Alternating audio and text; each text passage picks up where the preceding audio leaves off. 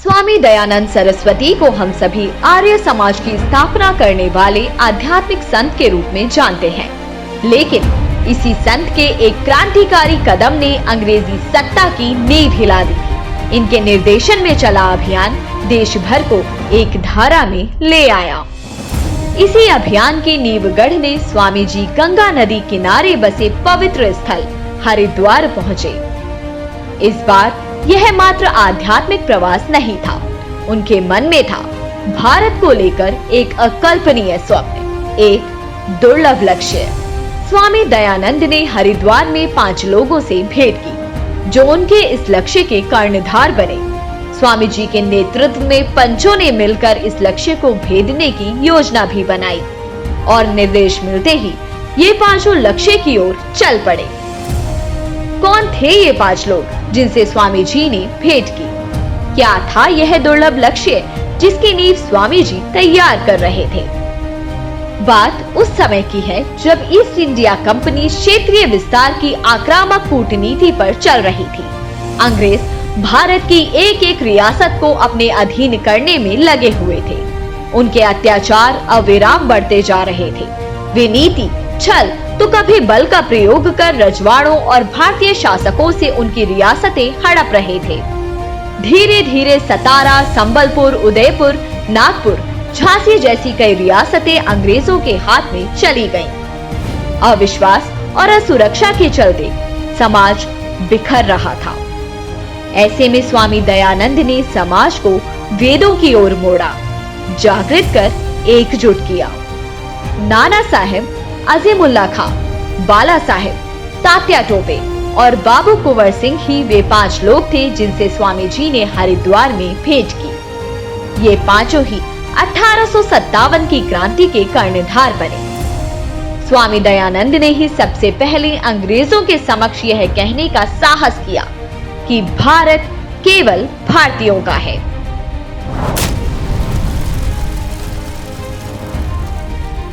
हरिद्वार में बनी योजना के अनुसार जन नेताओं और भारत के रजवाड़ों को नाना साहेब ने व्यक्तिगत संपर्क कर एकजुट किया। 1857 के अमर सेनानी तात्या टोपे को नाना साहेब ने अपना सेनापति बनाया। इन्होंने कानपुर, कालपी, झांसी, ग्वालियर इत्यादि स्थानों पर अंग्रेजों के साथ भीषण संघर्ष किया। अनेक दस्तावेजों से यह प्रमाणित हो चुका है कि 18 अप्रैल 1859 को जिसे धोखे से पकड़कर फांसी दी गई थी, वे तात्या टोपे नहीं थे। अंग्रेजों ने अपनी वाहवाही कराने के लिए उनके एक हमशक्ल को फांसी पर चढ़ा दिया था। तात्या की प्रतीकात्मक फांसी अंग्रेजों की आवश्यकता थी। वहीं हम सब यह भी मानते हैं कि रानी लक्ष्मीबाई 1857 की क्रांति में तब कूदी जब अंग्रेजों ने उनसे झांसी को छीन लिया था, परंतु यह तथ्यपरक नहीं है। 1857 की क्रांति से 14 महीने पहले ही रानी लक्ष्मीबाई ने पुरी में रहने वाले अपने कुलपुरोहित को एक पत्र में अंग्रेजों के विरुद्ध विद्रोह की योजना के विषय में लिखा था।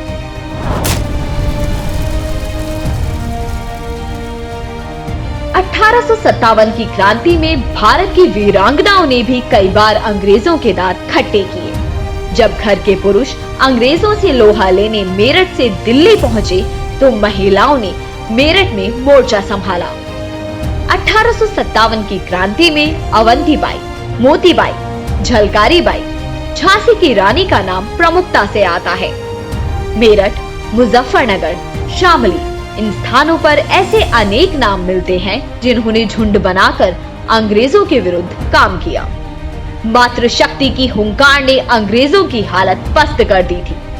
अंग्रेजों ने 50-50 महिलाओं को पेड़ों से रस्सी बांधकर फांसी पर लटकाया, पर वीरांगनाओं ने कभी घुटने नहीं टेके। बागपत और अन्य क्षेत्रों में ऐसे अनेक गांव हैं जहां आज भी लोग उन पेड़ों को पूजते हैं।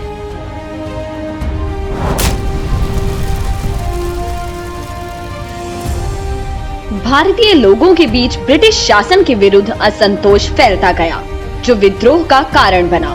1857 की क्रांति के कई कारण थे, जैसे अंग्रेजों की शोषण करने वाली नीतियां, धर्म पर प्रहार, ईसाई पंथ का प्रचार, इनमें से सैनिक विद्रोह एक तात्कालिक कारण था, जिसके विरुद्ध 29 मार्च को मंगल पांडे ने बगावत की और 10 मई को क्रांतिकारियों ने धावा बोलकर अंग्रेज अफसरों और सैनिकों की हत्या कर दी। यह विद्रोह लगभग 1 साल तक चला।